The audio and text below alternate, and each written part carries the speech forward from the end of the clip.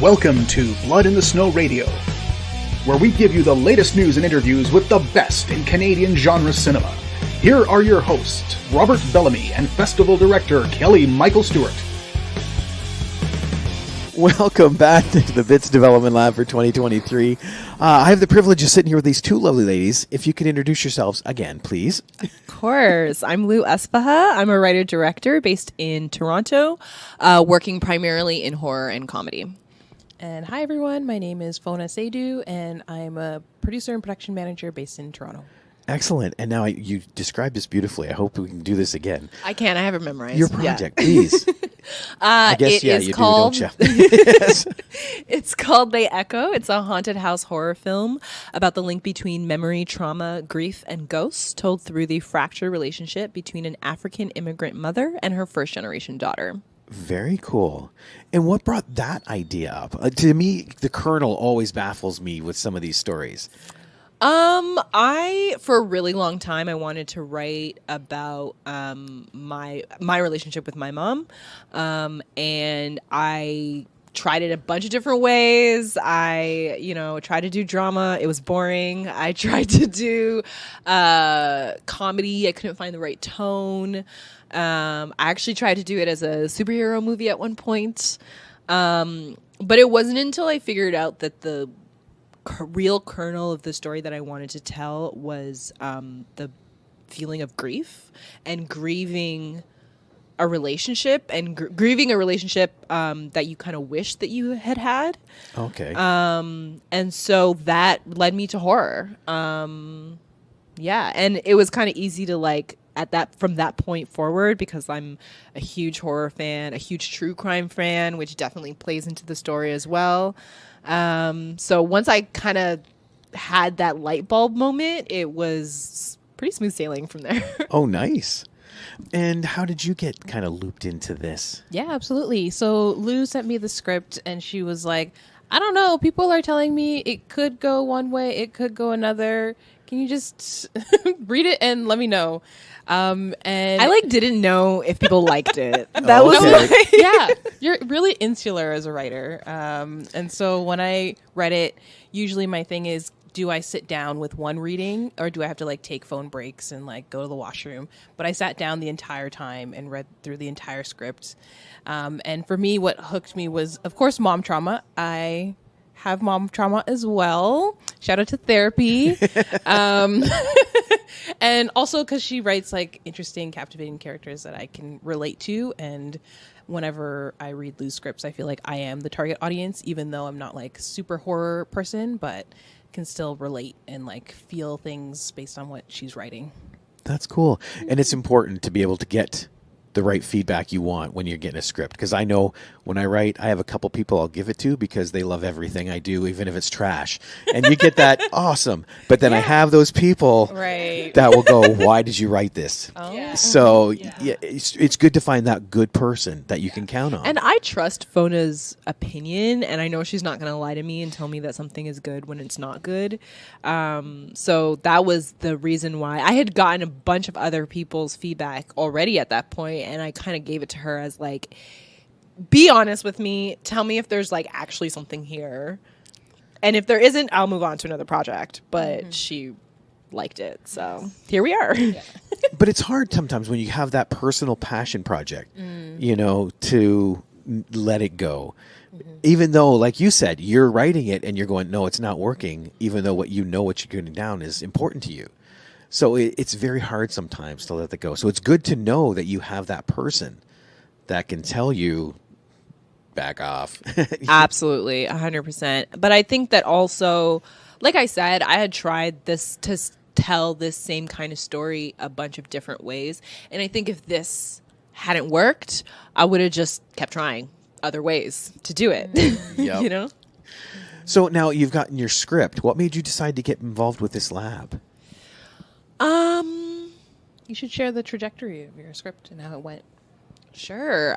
So I wrote the script. Fonna came on board early 2022. And I think it was a week later or 2 weeks later or something that the the applications for the CFC opened up. So we both decided to submit to the CFC with this project. We both got in. I got into the director's lab. She got into the producer's lab. It had a completely different title at that time. So it's a new title. It was called The Fly That Doesn't Listen Follows the Corpse into the Grave. Oh. Yeah, it was a little long. But there was meaning behind it as Yes. Well. Yeah. It tied in a lot to the themes. I think like into the themes of the script. I think it got that type of intrigue when you said it to people. But I think a lot of people didn't realize it was a horror film. So they thought it was a drama. So It's got corpse in the title. It does. Right. It does. I agree. But yeah, we changed it to They Echo because I think people sort of immediately were like, oh, that sounds like a horror movie. So we took it to CFC. We developed it there, which was a fantastic experience. But there's not a huge focus on horror or genre in general over there. And so we still were kind of having trouble getting support for the project, even though we think it's awesome. We still were having trouble getting support for the project. So we decided to go to just go out to Frontiers. We weren't pitching or anything. We just went to like meet people, potentially find, partners for the film. And while I was there, I met a filmmaker who had done this lab previously. And he he recommended it very highly to me. And it sounded great when he was talking about it. So I was like, I want to do that. So here we are. I applied and here we are. Excellent. And we chatted a little bit. This is your first time at BITS taking part in the festival? That's correct. Yeah. Yes. Now you had mentioned you'd popped in and seen a couple. Yeah, I've been to a couple of networking events. I've I think been to a couple screenings a few years back, like pre-pandemic. Before the blip. Yes. Gotcha. But yeah, this is our first time participating in the festival. Yeah. Excellent. So now have you guys done projects in the past, or is this? Yeah. Yes. Actually, part of the reason that we were in Montreal for Frontiers is because my short film got into Fantasia. Oh, nice. Yeah, it's a body horror about a woman who is so consumed with envy that she turns into a hyena. Oh, that sounds brilliant. Yeah, they liked it. I love stuff like that. What brought that story on? Is actually inspired. So I'm East African, and it's inspired by East African folklore. There's this concept of the evil eye, which I think is pretty common in a few cultures across the world, in like Asia, Europe, and Africa as well. My mother. But yes.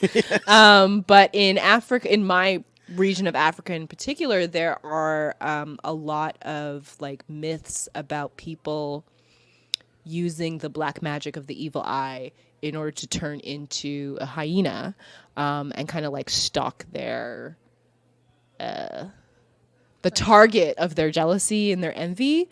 And there's like stories like that from Ethiopia, Somalia, Eritrea, where I'm from.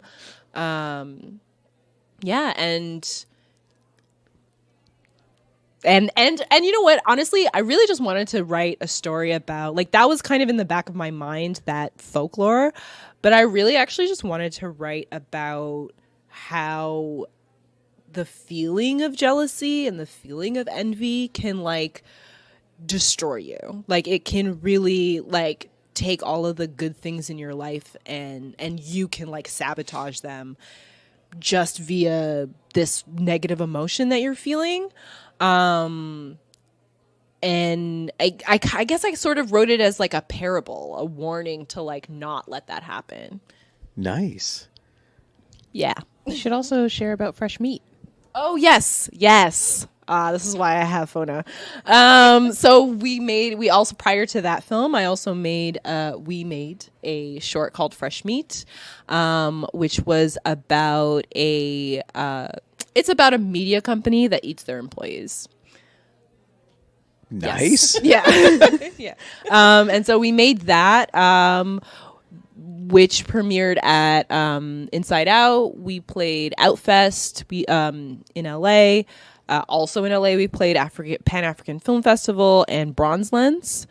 And some other we played Axe Wound in Vermont as well. Yeah. That is cool. So you guys work a lot together? Because you see that so often. People get into small groups, and that's where they work. You guys function as a team almost? Yeah. Depending on the project, of course, absolutely. Because she also has, for example, like a TV series in pre-dev that she's working on, and you need a more senior producer on that. And so it depends on the project, but yeah, absolutely. Or if the script comes across, it's like, no. Yeah. Yes. Keep working. Yes. Fona has not said no to one of my scripts yet. Yeah. So I take that as a good sign. That is a very good sign. Yeah. Especially like you said, because she's your go-to to get honesty. Yes. So that's 100%. A great sign. Yeah. And then Fona also produced a web series that came out on CBC Gem last year. And she brought me onto that project to direct a few episodes. Oh, so, excellent. Even though I didn't write that. It was not my project. We still work together on that as well. Absolutely. That is a perfect team there. I like that. Excellent. So any plans for the future? Like once you get beyond the Echo? Yeah, absolutely. So between now and when we hopefully shoot the Echo, I have a talent to watch feature called Yo We're Dying. It's a comedy feature, and it's going to go to camera next year. Oh, excellent. And then, so that will be like the initial feature start in my world. But Lu, do you have other things that you have coming up? I could tell you what is coming up now. Okay. I don't know what the future will bring because I just don't. Every time somebody asks me for like a 5-year plan, I'm like, I'm still thinking about next. I got 5 minutes. I can't answer that question. But coming up, I am developing a TV series that is still very, very early in development, so I don't really want to say too much about that, but I'm excited about it. I am making another short film that will actually be part of an anthology series, and it is about a true crime content creator who becomes a serial killer. Oh, fun. I know. So I'm making that. Hopefully we'll be shooting that next month. And yeah, just trying to like make. Oh, I also am now just recently started working on Thrillers of the Week, so that's fun. Definitely fun gigs coming up in that regard. Nothing I can really talk about at the moment, but because nothing's solid until I sign a contract. It's not real to me. Exactly. So yeah, mainly just trying to make stuff. I'm a filmmaker. I make films. That's all I want to do. So if you want to make films, let's make films. That's kind of how I see it. And I do have like a slate of things that I'm like ready to make. Fresh Meat has a feature film script as well that we're not pursuing right now because the budget's a bit high for that. The dreaded budget. My favorite. If anybody wants to help us make a $10 million feature, let us know. Yeah, so just like working on just trying to make horror stuff. I come from like the documentary world. Up until this year, I was only working in documentaries, so I'm just like very excited to. It's a big switch. It is. I've been trying to make the jump since 2019, and it really just happened this year, to be honest. So yeah, I'm just very excited to whatever is going to come my way. I'm excited. That is awesome. Well, thank you both so much for chatting with me, and good luck in the lab. Thank you. Can't wait to see the Echo. Yeah, thank you so much.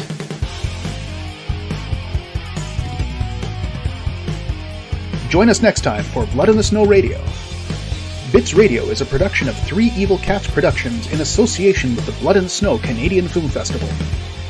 For more information and to listen to other episodes, visit bloodinthesnow.ca and tweet us at BitsFilmFest. Music by Jen Gorman, produced and edited by Kelly Michael Stewart.